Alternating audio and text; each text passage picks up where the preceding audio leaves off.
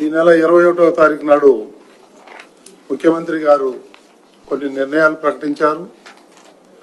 వాటన్నిటికి కూడా ఈరోజు టీటీడీ ఆమోదం తెలిపింది. అందులో ముంతాజ్ హోటల్ అయితే ఉంది.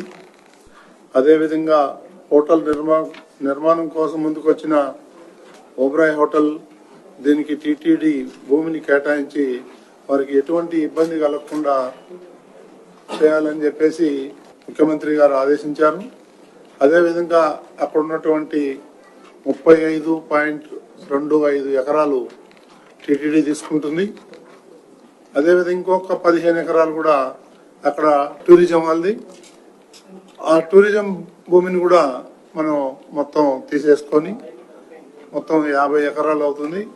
ఆ 50 ఎకరాలకు బదులుగా టీటీడీ స్థలం వాళ్ళకు ఇచ్చి మనం ఈ స్థలాన్ని తీసుకోవాలని. ఎందుకంటే ముఖ్యమంత్రి గారు క్లియర్ గా చెప్పారు, జూ పార్క్ నుంచి కపిలేశ్వర తీర్థం వరకు కొండకు ఆనుకున్న ఏదైతే స్థలం ఉందో దాంట్లో ఎటువంటి నిర్మాణాలు జరగకూడదని సీఎం గారు క్లియర్ గా ఇన్స్ట్రక్షన్ ఇచ్చారు. దానికి అనుగుణంగానే 50 ఎకరాలు మనం తీసుకొని టీటీడీ ఏదైనా కావాలంటే నిర్మాణం చేసుకోవచ్చు, కానీ అక్కడ మాత్రం ప్రైవేట్ వ్యక్తులకి ఎవరికి ఇవ్వకూడదని చెప్పేసి తీర్మానం చేయడం జరిగింది. అట్లాగే ముందు టీటీడీకి ఆనుకున్న ఉన్నటువంటి భూములను కూడా ఎలాంటి నిర్మాణాలు జరగకూడదని చెప్పేసి తీసుకున్నాము.